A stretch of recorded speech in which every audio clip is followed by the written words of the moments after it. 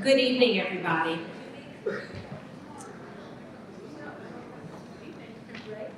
So, welcome. My name is Dr. Maria Edelberg. I'm the Executive Director of the Delaware County Intermediate Unit.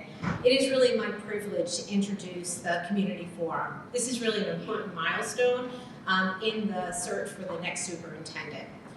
We are really pleased to welcome Dr. Matthew Hayes, the finalist for the position for the school district of Haverford Township.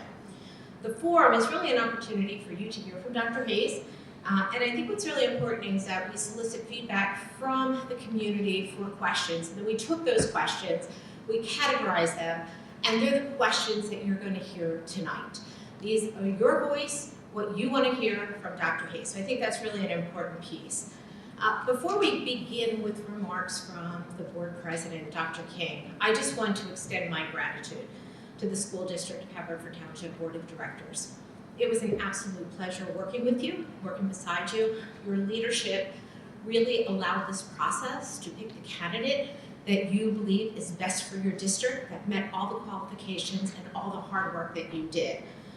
You really has been, as I said before, an absolute pleasure. And your dedication, your leadership, and your commitment is something that I am in awe of. So thank you so much for working with us and leading us as we walk beside you in this process. At this point, I'm going to ask Dr. Latanya King to come up, the school board president, with some opening remarks.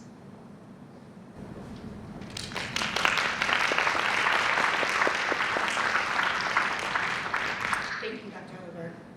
So good evening, Haverford Township community members, families, students, and staff. On behalf of the School District of Haverford Township Board of School Directors, I'm honored to welcome you to this important community forum. Tonight, we have the opportunity to introduce and hear from an exceptional educational leader, Dr. Matthew Hayes, the finalist for the position of Superintendent of Schools for the School District of Haverford Township. The Board of School Directors began the superintendent search with a clear vision to identify a leader who not only embodies the values of our district, but also brings the expertise, innovation, and dedication necessary to lead us into the future. This process started in November of 2024 and included input from our community through surveys and focus groups, allowing us to hear directly from you, our students, families, staff, and residents about the qualities and priorities you sought in the next superintendent. After an extensive national search facilitated by the Delaware County Intermediate Unit, which included 38 applicants, multiple rounds of interviews, and a rigorous selection process, we are proud to introduce Dr. Matthew Hayes as the candidate who stood out as the best choice to lead our district forward. Dr. Hayes brings a distinguished career in educational leadership with a focus on student success, innovative instructional strategies, and community engagement. Most recently, he served as a regional superintendent for the Delaware County Public Schools in Florida, where he implemented initiatives that improved their teacher retention, strengthened professional learning communities, and led to significant student achievement goals. Prior to this, his leadership in the School District of Philadelphia as a principal resulted in closing achievement gaps and expanding student support services through partnerships with institutions like the University of Pennsylvania and Children's Hospital of Philadelphia. His experience spans multiple levels of education, from teacher to administrator to district leadership, public education. Colleagues described him as a visionary leader who fosters collaboration, builds trust, and uses data-driven decision-making to drive meaningful, lasting improvements. Dr. Hayes has shared with us his deep admiration for the school district of Haverford Township, the traditions of academic excellence, innovation, and strong community partnership. He is eager to work alongside all of you, our educators, students, families, and community members, to continuing fostering a district that supports the success and well-being of every child. With that, please join me in welcoming Dr. Matthew Hayes.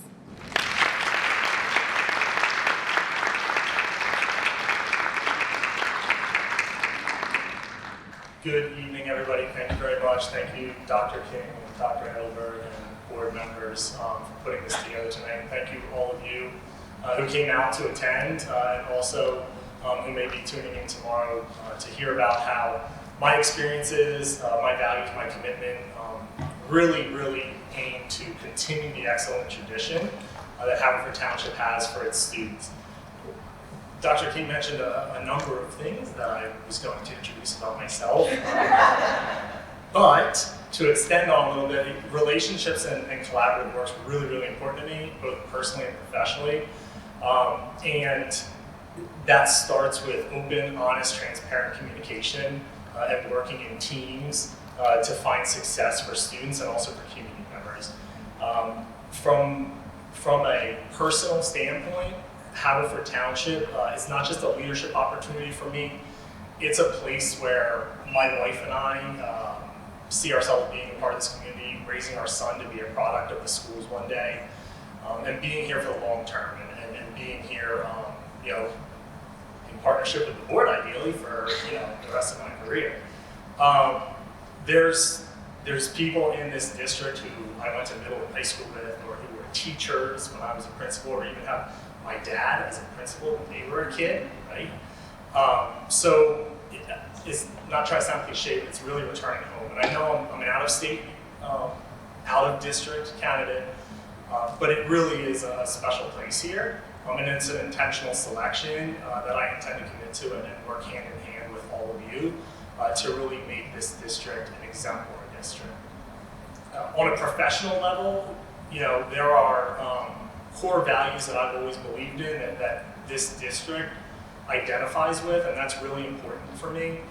Opportunities and access for students, equitable experiences, rigorous relevant learning, the collaborative and inclusive practices are things that we really need to engage in and impart on, for our kids. And it's my responsibility with the board to make sure that education we provide to our students is of the highest quality. And that's something I've aimed to do, committed to public education throughout my entire career. As a teacher in Philly at Germantown High School, and Darby Rd, and Haverford Middle School. I spent some time in Lancaster County at Manheim Township, and that was an incredible opportunity and an experience. I really believe strongly in allowing kids to chase their dreams and their passions and have experiences that help them become lifelong learners and experience growth. I think one of the biggest honors of my career so far, up until now, was when I was asked to come back and be the principal at Roosevelt, where I was a teacher at. That was really impactful to me because it meant that I had such a connection with the community there, that they saw in me leadership qualities that could continue that tradition, even though I had spent some years away. And we made some really great improvements within that school. And we also created sustainable success. And sustainable success is really important because it means you're giving kids a path regardless of the people that are in that position. You're creating a system that allows for success to continue. And that's something I'm really excited to work hand in hand with the team here. It is really continuing systems that allow all of us to succeed. My vision for Haverford Township is one that I see similarities with all of you, embracing equity and innovation and just lifelong learning to make sure that our kids have the highest quality instruction, staff have resources and learning opportunities to continue building on their strengths. Schools are nurturing safe, tolerant, rigorous environments where kids can attend, and our community embraces its traditions and values and continues to engage in novel practices to push the district forward. So there's a number of questions that you posed tonight. They're thoughtful, they're really key questions, and I just appreciate the opportunity to be able to talk with you about my views and my experience and how I really see just a mutually beneficial 50%. Thank you for tuning in to hear me talk with, I would say, is a dialogue, but it'll probably be more of a monologue, and really just invest in your students. So thank you.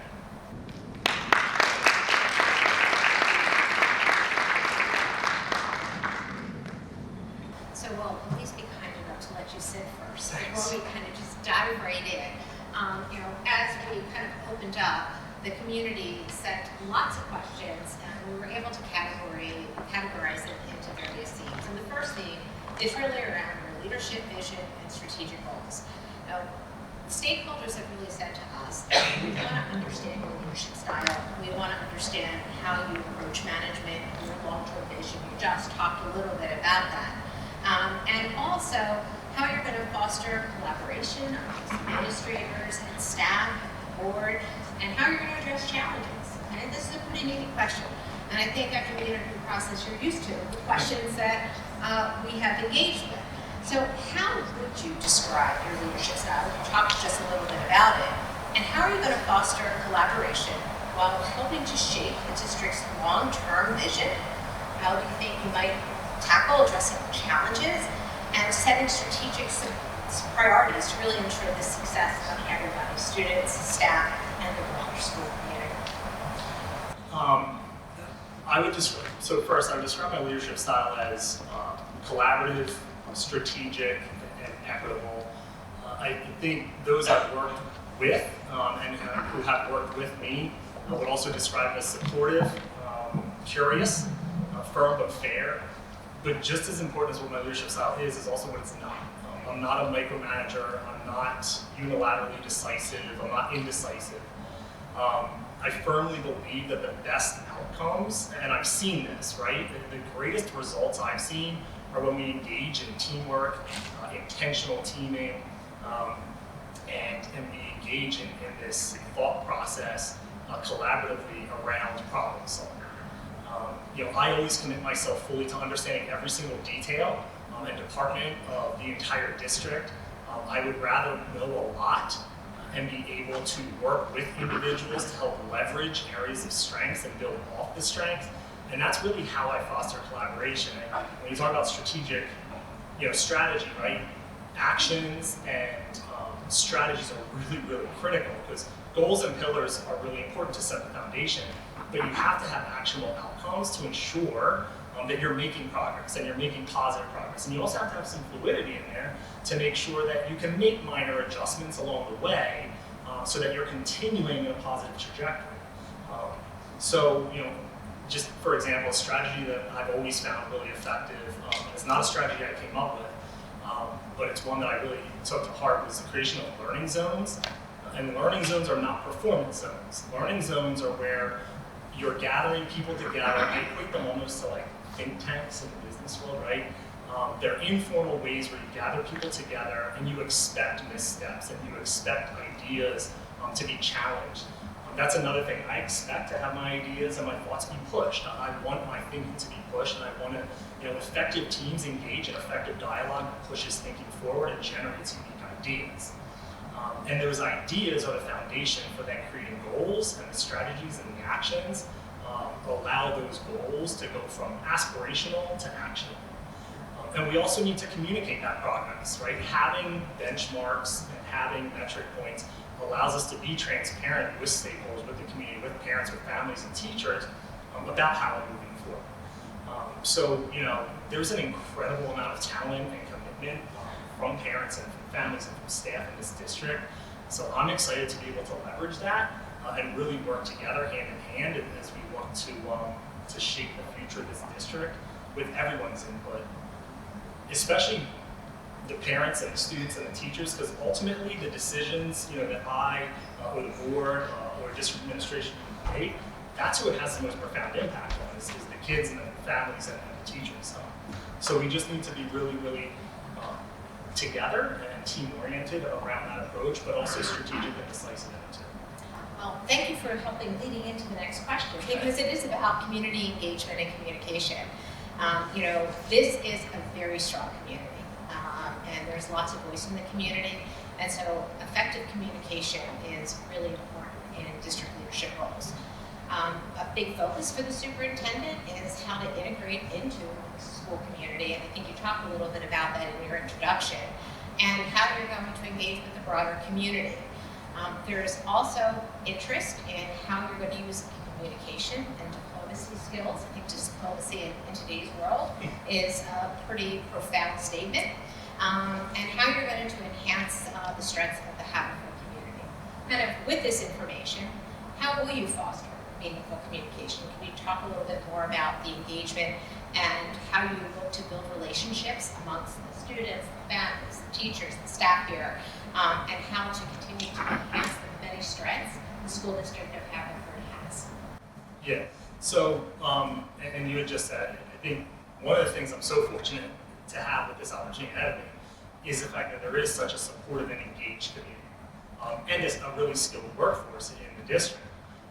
That investment makes it a lot easier for me to really have that collective engagement and develop those authentic relationships. Just me as a person, I'm not great with just transactional things. I really prefer authentic relationships, creating connections, and doing work with people. I think it's one thing to say something, it's a completely another thing to say something and support someone or do the work along the way with them, leading by example, rather than, leading through, dictating, right?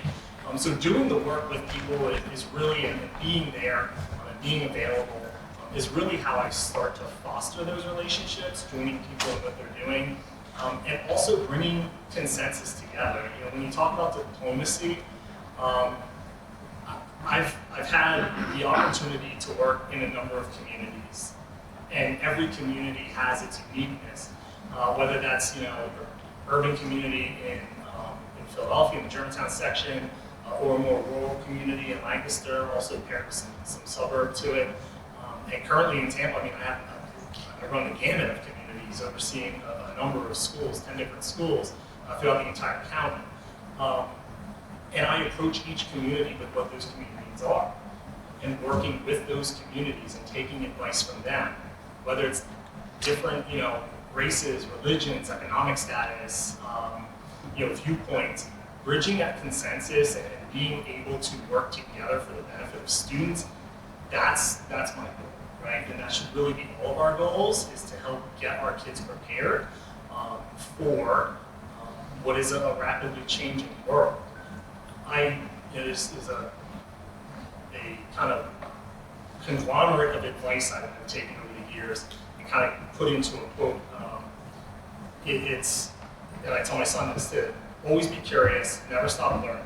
You have to see all sides, hear all views, and speak up for those who can't. And that's something I really live by, right? And that's something I commit to, is making sure that everybody has a voice. And in being able to do the work with people and having authentic relationships and engaging, getting everyone's viewpoints gives you that full data set, it gives you that holistic view, and now you can really continue to build on that excellent academic and social experience that Haverford has. And that's where, part of me wants to say, trust me, I will, right? But I know trust is earned, so I'm not going to say trust me, I'll build relationships with you. But I will ask that, you trust that I will 100% work to earn trust, because it's through trust that we have relationships, and through relationships that we're able to really get quality work done and quality education to kids. So kind of taking the theme around curriculum and instruction a little bit further, we know here at Haverford, it's a very rigorous academic community. There's high expectations from the community for academic rigor. They would love to have questions around, can you get rid of standardized testing? If you can, we're going to run it, right? And how do you I would love to recommend it. And really balancing that with personalized learning and how to stand early childhood, because that's been kind of a focus as well, and strengthening and continuing some of the work around literacy and STEM. And you talked a little bit in your opening about innovative practices. So there's a lot of kind of questions of how we're really going to help prepare our students here for whether it's college, whether it's trades, whether it's just getting them career ready. So kind of based on this, how are you going to help to support and lead and shape the district's curriculum and instructional approaches to balance academic rigor, personalized learning, and critical thinking? This, of course, while ensuring that all of our students are prepared for an evolving world, which is constantly changing, through strong foundational skills, innovative programs, and multiple pathways to success. And we were able to get that out in one breath. That is a loaded question.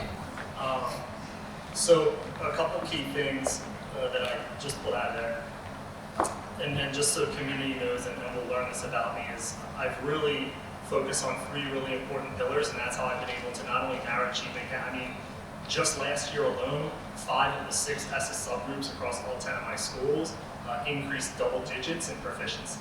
That's really important for me, for our English language learners through vocabulary acquisition and through different strategies we've approached to be able to not only increase their literacy skills, but also to increase their proficiency skills when a number of those students are monolingual, right, or started out monolingual. So academic rigor is a cornerstone, the key pillar of my strategic plan, and it's really something that excites me about here is that academic rigor is such a prominent thing. Also, a comprehensive MTSS framework is kind of the method in which we approach academic rigor, because and a lot of people sometimes, I find, misunderstand what the MTSS framework is, and that framework is so key in providing core Tier 1 grade level instruction to every single kid. And that is what every single kid needs. Every single kid needs to be given an opportunity to access grade level instruction. On that end, that framework also allows us to scaffold and intervene and differentiate for students based on their unique needs. And that can be applied across the board, across the entire K-12 curriculum. And then when you factor in the third pillar that I really, really emphasize of instructional continuity, that's the system that bridges everything together. That instructional continuity allows us to embed professional learning strategies and developmental approaches aligned to our goals and our actions and our strategies to be able to then monitor how our kids are doing in terms of their learning. And learning, and you mentioned this, learning and performance is not just standardized assessments. A school I have right now, this is our first year undergoing it because it took a bit, but we're a whole school IB school. We don't just have IB programming. The entire school is an IB accredited school. That gives every single kid in that school access to IB level coursework at a middle school. And that prepares and sets them up to go into Cambridge academies and dual enrollment programs and career readiness workforces. I really am a strong believer in project-based learning. There's a lot of things going on really well about that. What I've seen, even something as simple as getting into exploratory learning methods in science classes and independent student activities in math classes. You can pair that with early childhood approaches, right? The early childhood education, whether it's through science of reading or structured literacy approaches, builds that foundational skill to allow kids to engage in more problem-based learning strategies. That's what kids need. They need critical thinking skills. There is so much information coming at us nonstop from all different areas, and we need to be able to learn how to think, right? And I told the board this, and I'll tell the community this because it's really important to me. I have a fortune cookie that I keep in my wallet that I've had for almost 15 years now. That is also the tagline of my email, and it says, "The goal of education is not to teach us what to think, but how to think." We need to teach kids how to think so that they can become self-sufficient, self-productive students in a world that has a lot of information and a lot of misinformation. And honestly, sometimes we need to help adults out to think too, to think critically, to expand their knowledge base beyond just a test, right? Can we get rid of standardized testing? I don't know. Can we engage in problem-based learning?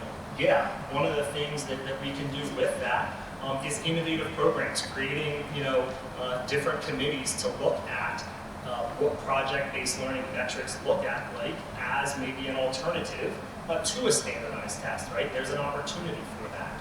And that also has an effect not only just on participation in high-level courses, but it also has an effect on career-based assessments, right? Everybody at some point has to take some sort of assessment, right? To be a teacher, you have to pass a praxis, a doctorate, and a lawyer, and whatever it is. So there is going to be a time where kids have to perform. where adults have to perform. And it goes back to why learning zones are so important, right? Learning zones emphasize collaboration and problem solving because that's what prepares you to then perform. And it doesn't have to be your traditional performance on an ABCD test, right? That also, that can affect NOCTI scores and career readiness and provide opportunities for job shadowing. So when we're addressing curriculum instructional needs, we need to, one, look through the entire continuum of K-12. We also need to look at exploratory and problem-based learning practices. And we need to embed those critical thinking and those problem-solving skills.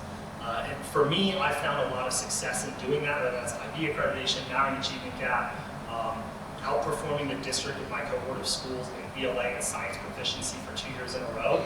That's been done through really the 3 key pillars of academic rigor, comprehensive MTSS, and instructional continuity, which is also what really excites me about this district is those are 3 key focus areas, maybe not worded in the same exact way, but those are 3 things that are really, really have a strong foothold here, and I think, again, leveraging the talent of this district, we can push that so much further, so our kids are prepared, they're prepared to think.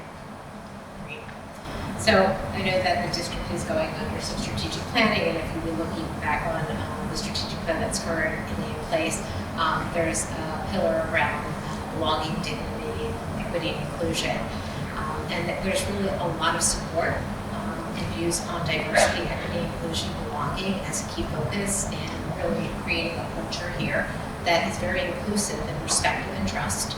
And if you can talk a little bit about trust deserved. It is. But that is something very important to the community. And many inquiries about how to support our LGBTQ plus students, staff, students of color, students of immigrant status, and other historically marginalized groups, as well as your commitment to continue the district's critical work in this area.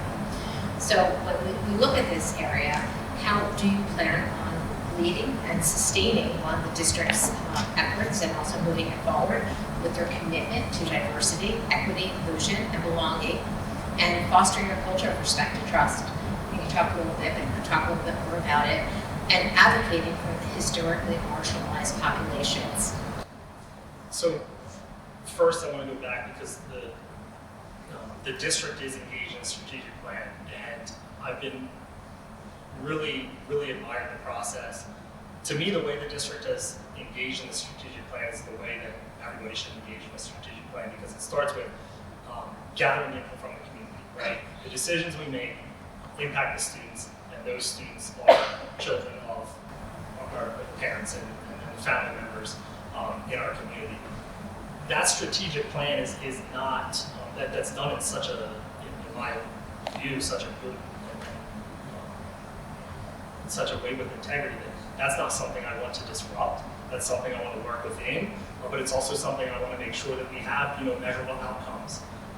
What does valuing, diverse and equitable environments look like when it comes to students learning and students being tolerant of others? For me, every single kid and every single person deserves to be treated fairly, deserves to be respected, and deserves a chance, right? It doesn't matter where you come from. I'm currently, I also think it's really important to share some things actionable, right? I'm currently working, and I've been working for the last couple of years with our district's CCEIS committee. So our CCEIS committee is the Comprehensive Coordinated Early Intervention System, right? And it looks at reducing not only discipline rates and providing interventions to students, both academically and behaviorally, but more important, reducing disparity rates, right? How are we addressing and providing solutions and supports to schools when we see an overwhelming number of minority students or students with special needs, or just students not of the majority being responded to differently? And I'm really proud to say that all of my schools have what's called a risk gap ratio, the ratio at which general education or students not in the minority to students in the minority or special education receive a rating. And my schools have an equal rating, equal response. We worked really hard. We didn't have that when I got there. part of that starts with naming, right? And addressing the fact that there are some things we need to address, and we have to have honest conversations about that. And honest, tough conversations don't mean, it's not necessarily anyone's in trouble, right? But we have to be able to identify and advocate for things that are inequitable. So, that approach first in understanding and acknowledging that there are areas we need to address, and then pairing specific strategies with them is an approach that starts being able to tackle those things. Advocating for inclusive practices, whether it's using the MTSS framework or working in strategies through general education classrooms. I mean, all students are general education students at first. All kids receive and should get treated with grade level instruction and expectations. And we need, and I need, to fight for families. I'm not shy in doing that. Just on a recent note, I was not super happy at all about how my current district approached the recent legislation regarding immigration, and I made that well known.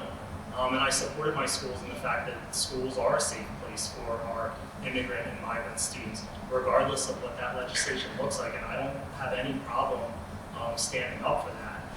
But I think with advocacy, there also comes, you have to pair that with action, right? Otherwise, it's just talk. So we need to work together, engage legislators, engage associations and organizations to make sure we're pairing, fighting for funding sources, coming up with creative, equitable ways to be able to support students and make sure that they feel valued and challenged. And to be able to do that, there's a lot of political pressures occurring right now, and it's more important than ever that we as a community, and that's where I really find a lot of benefit with Haverford Township and myself and all of my values, being able to uphold every kid's right to dignity, respect, and equitable treatment at our schools, and put in strategies that support kids and support and equip staff members with the tools and the resources to do that. So there was a fair amount of questions around technology and digital learning from the community, and really looking at what your views are on digital learning, focusing on its impact on student well-being, classroom effectiveness. Of course, there's been a lot of information out there around screen time, responsible use of screen time, responsible use of social media, digital distractions. So when we're looking at this very broad topic, how will you guide the district's approach to technology and digital learning to ensure that it enhances student achievement while also addressing concerns around screen time, especially for our young children, digital safety, responsible device use, and the evolving challenges that are associated with technology in education? So this is a very timely question just because of the current nature and how new and evolving a dilemma is. And it is a dilemma. I remember only 5 years ago handing out Chromebooks to kids and getting, with Comcast to get families connected with internet services so kids could continue learning through the pandemic. Now there's a concern, and a valid concern, about how much digital and tech usage there is. We know that the best education a kid can have is with a teacher in the classroom, exploring, learning, engaging, connecting with them, right? Like, you cannot, and people disagree with me, they disagree with me. You can't replace a teacher, you just can't. You can supplement some things, right? And we can be strategic and we can be innovative in the approach that we take to make sure we're matching teacher expertise with technology, with technological platforms and just different innovative practices they have. There are benefits to it.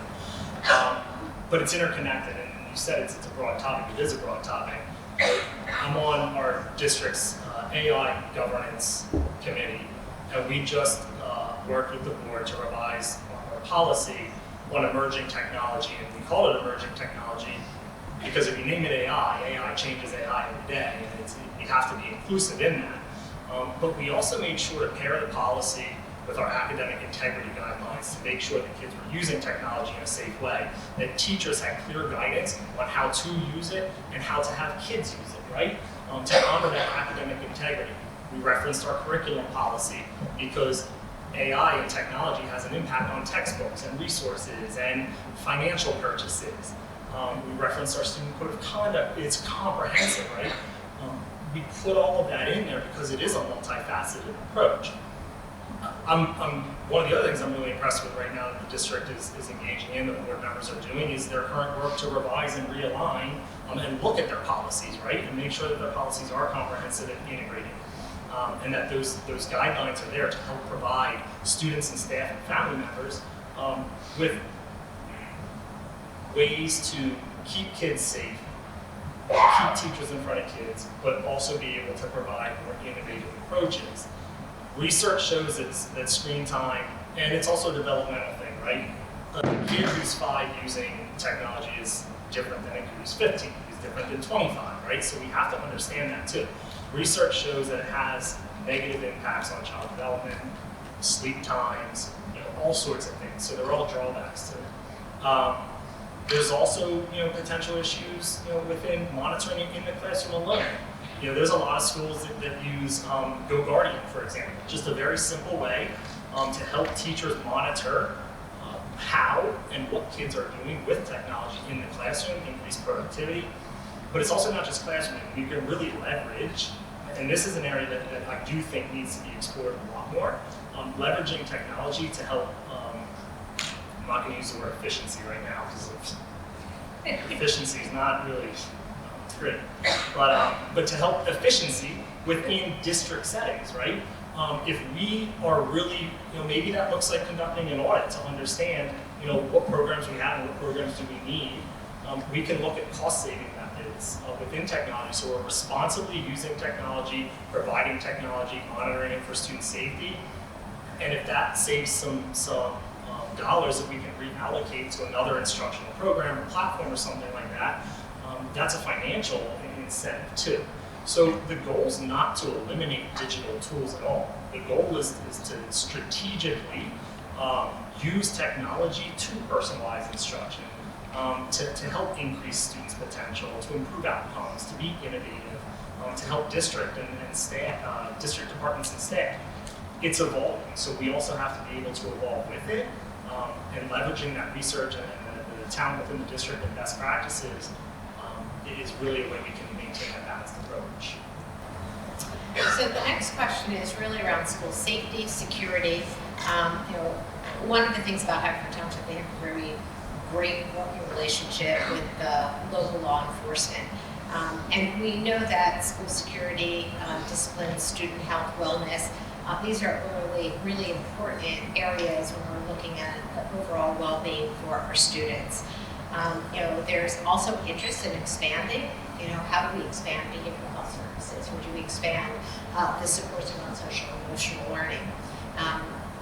Questions where we take this even broader is around student nutrition.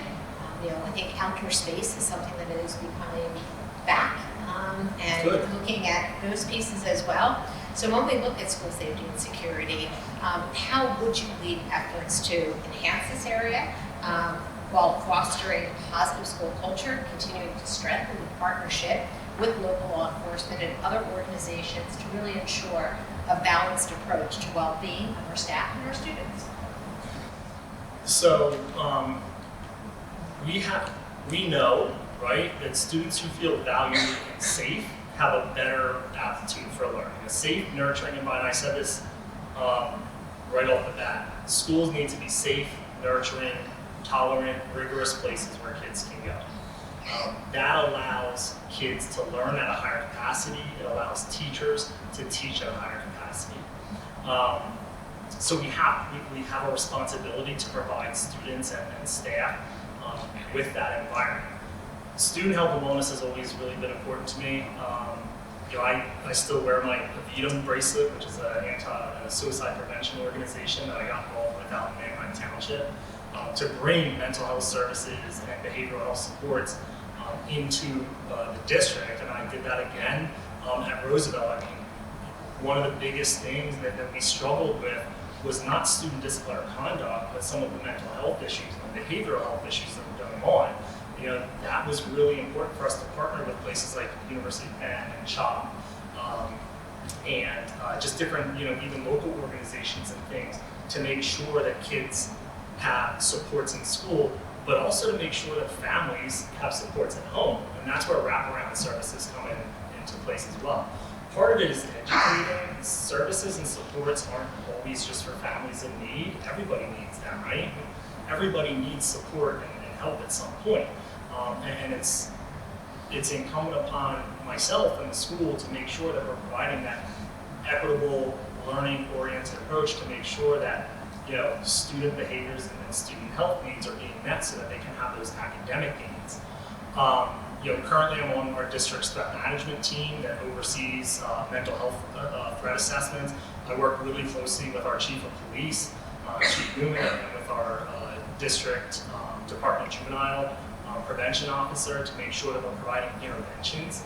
I don't want to sound redundant, but that's again where part of that MTSS framework comes in, right? Having a really comprehensive student support services team.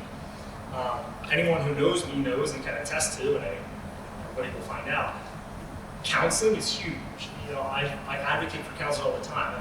My goal is to make sure that we can meet the American Counseling Association recommendation of 250 kids for every counseling. I always staff 3 counselors at every school I have because kids need that person to connect with. Providing some of those resources to the school also opens up connections to partnerships with the community so that we can extend those services to families as well. That support in the school and that partnership to the families, that also, you know, is really where the relationships come in, and engaging organizations and businesses and universities, whether it's for mentoring partnerships or after school activities or before school time. It's that all-encompassing approach to make sure that the learning environment we're setting, the resources and the supports we're providing to the school and the family, set that foundation so kids are in a safe place to learn. They are in a nurturing environment.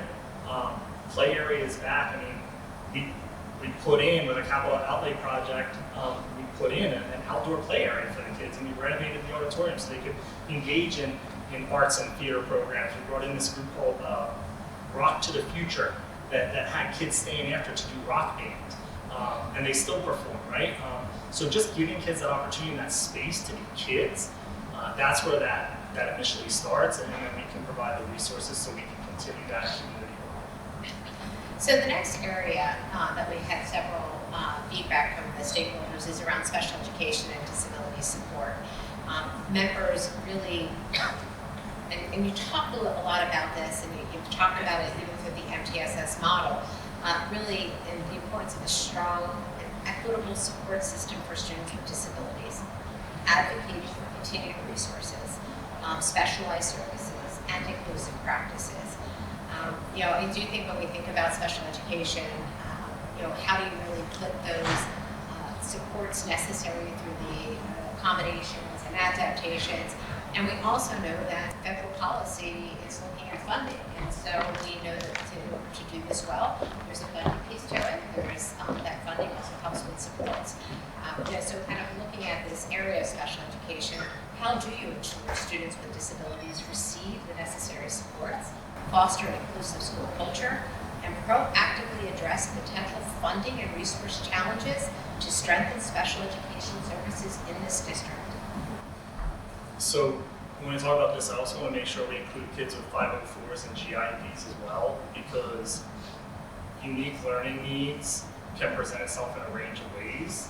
And as educators, and honestly just as students, we need to value that uniqueness and support it, regardless of how the kids, you know, how the kid learns. A lot of resources and supports, whether it's through professional development or securing outside resources, can also be done within that general education classroom.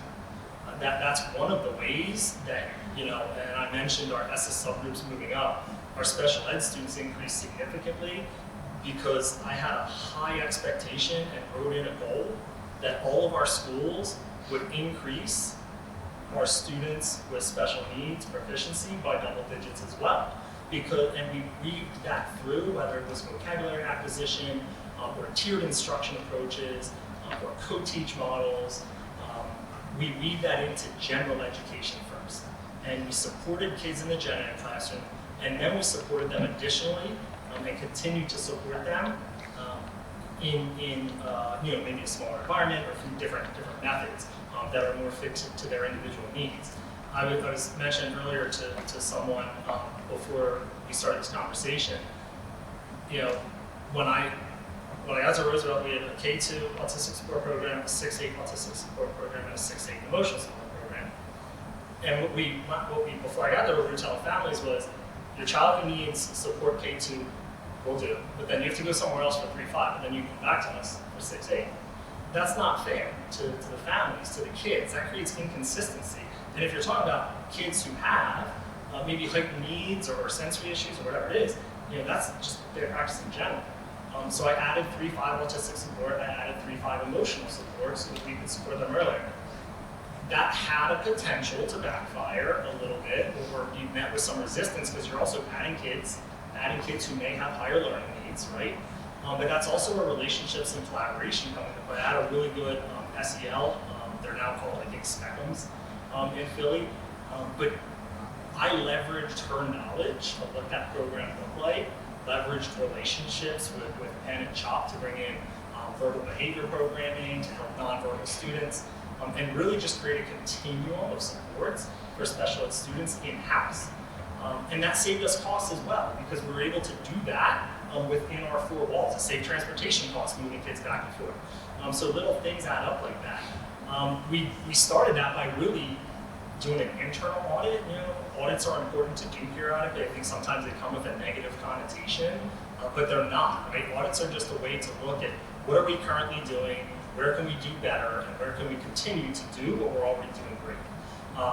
And we need to look at that. We also, again, need to advocate for, for sources and resources of funding that can be there, whether it be grants or IU services or working with other districts or working with universities.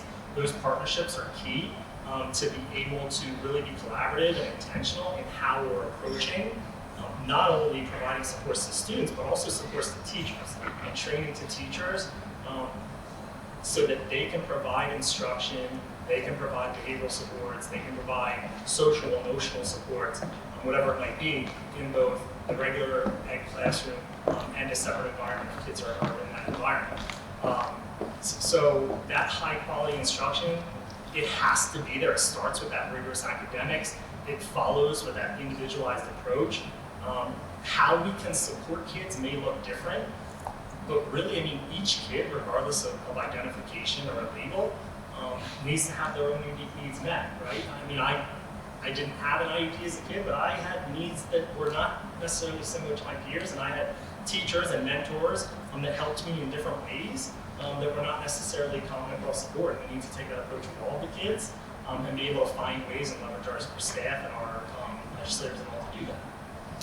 So you really can't talk about education without starting to take a look at staff and teacher support, recruitment, retention.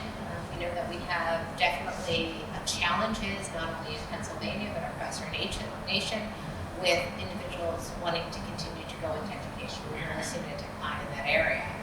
So when we're looking at this area, there has been some focus on how to address staffing shortages. Substitute teachers are very much a challenge, and sometimes we're doubling up classes to deal with the shortage around substitutes. Also looking at how to continue to keep class sizes at a level that allows for the instructional practices that we talk so much about to really have that continuity and fidelity, and also to strategic approaching to not only recruiting but maintaining and keeping staff. So with this, how will you support teachers and staff recruitment, retention, while addressing, and if we can figure this out, this will be great, staffing shortages, and really also standing by our educators, because unfortunately there is a lot of negativity out there around education and those political pressures, and how as a leader to help to support that process?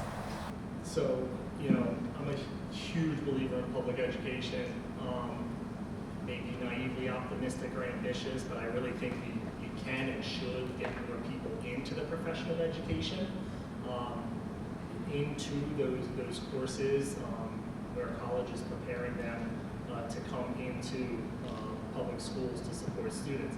I think one of the biggest advantages that this district has is the already talented and skilled workforce here, paired with the fact that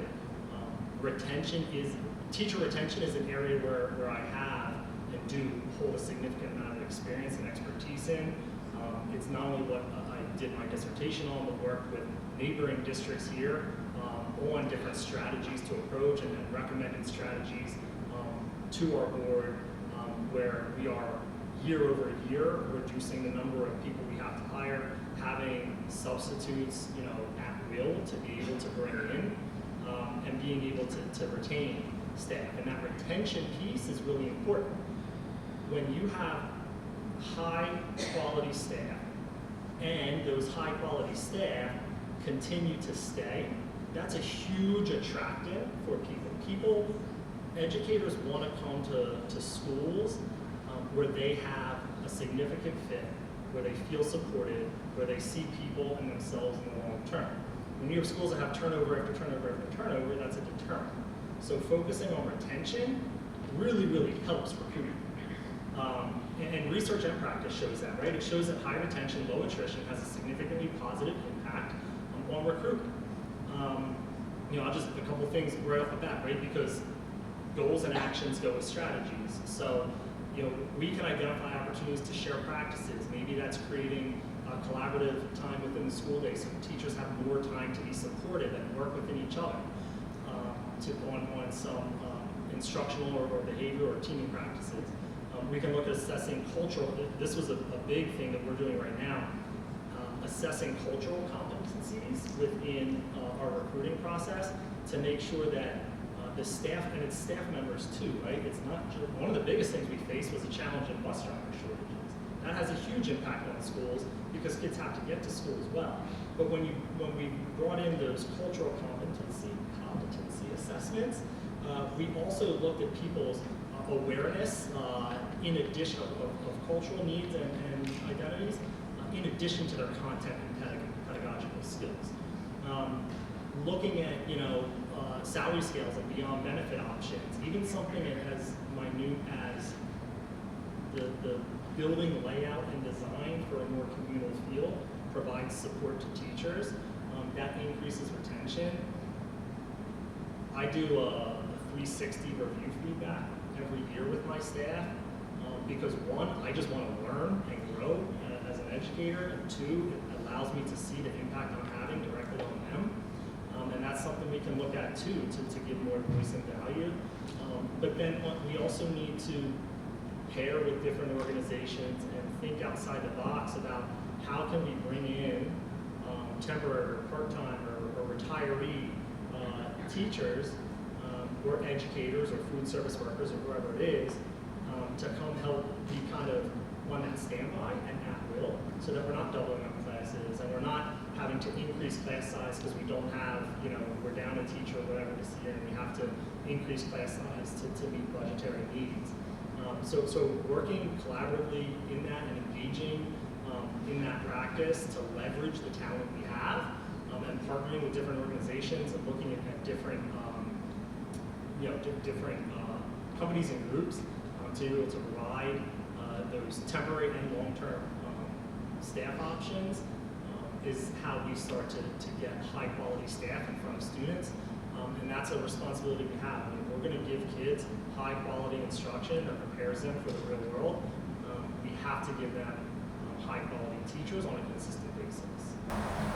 So our last question, and I wish we didn't have to ask this question because it deals with what's going on politically in our country right now. And we know that there has been a lot of feedback from our community here in Haverford, looking at the increased polarization of education, the external pressures that are happening within our system, the threat of closing down the Department of Education, federal rollbacks, court battles, reversing, implementing. It's sort of right now what political culture is. How are you going to navigate this, right? It really is a politically charged question because there's all these external challenges, including potential federal rollbacks, education funding rollbacks, ideological views of education. It's impacted all facets. So, as a superintendent, this is a pretty charged issue that many are facing.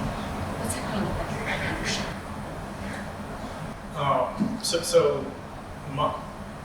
I'm a huge advocate for public education and for students having the opportunity and access to be able to engage in learning that is relevant to them and is of the highest standards, is rigorous. That relevant learning is so important because it creates the engagement with students, and when you're engaged as a learner, you have such a higher capacity to continue that trajectory of cognitive growth. So my mission, and it always has been, is to advocate for kids so they have those opportunities to champion public education. I'm doing that right now in an environment that is not very public education friendly. Currently in Florida, there's a lot of voucher and school choice just within Florida itself, mirroring the federal legislation and everything. But that's where me standing up for the school needs and being really diligent in the process, right? We have to look at, we're facing right now significant under-enrollment of students. And for context, the district I'm in is about 220,000 kids. So it's similar to Philly. We're facing a significant under-enrollment of students because they're choosing vouchers. In order for me to be able to advocate, I also need to be able to educate. And I need to be able to educate currently district leadership in what the impact of increased class size looks like, in what the impact of reduced supports and funding looks like, and also in coming to the table with solutions as well.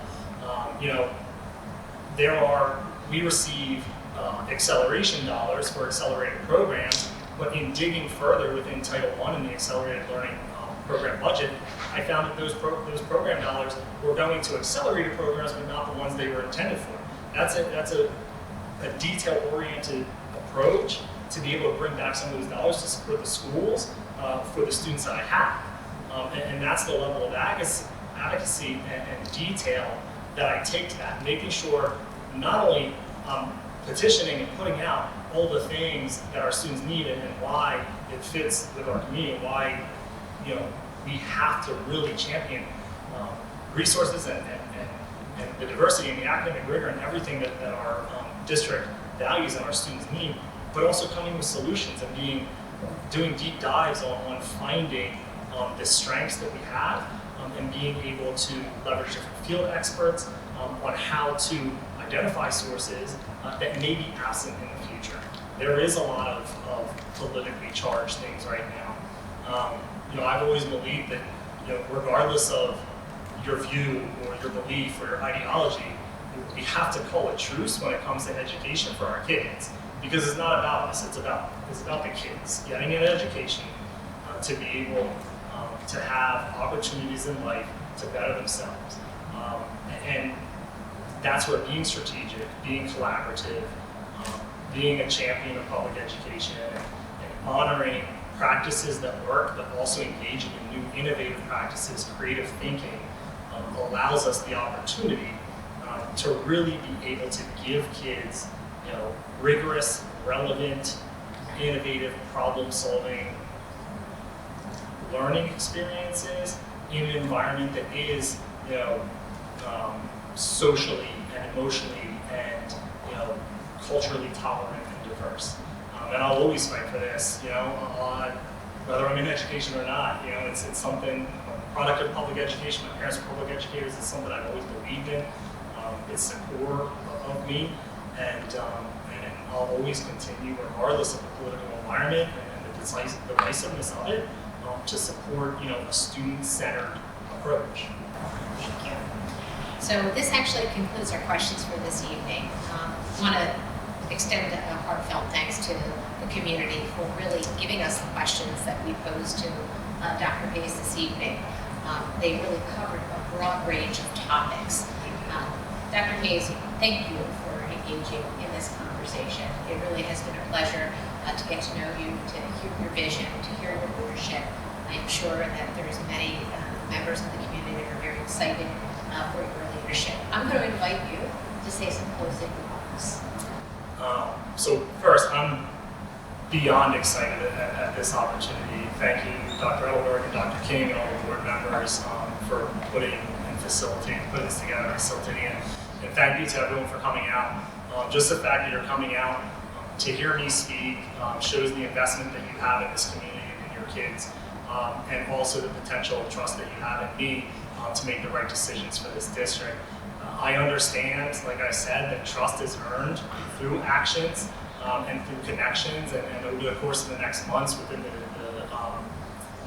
transition process and throughout my entire time, I will continue to engage in conversations and meetings, whether it be one-on-one or group-focused or meeting on location or at schools to continue identifying the priorities and the values that you have and advocate for those and put into action different learning experiences that really create critical thinkers, that really give kids that safe, nurturing environment where they're tolerant of others and they're able to become individuals who know how to think. My transition into this role comes with a lot of humility and integrity and commitment and accountability. And I mean that with accountability. I expect to be held accountable. I think sometimes accountability has a negative association with it, but accountability is just being responsible for your actions. And I expect to be held accountable while I work to bring us towards a forward-thinking vision that puts goals with strategies and actions with outcomes and results with communication, and being transparent with that and integrating unique learning models and creative problem-solving approaches. I'm confident that we can, and that honestly we will be an exemplar school. I want this district to be the most recognized best district, not only in Delaware County, but in the state. But I can only do that with all of you, and I'm really excited at the opportunity to work with all of you moving forward and making sure that we can continue to build on the community's traditions and pride points and strengths and push us into that exemplar status. So thank you all very much for coming out, listening to me, at times possibly ramble, but I really appreciate it, so thank you.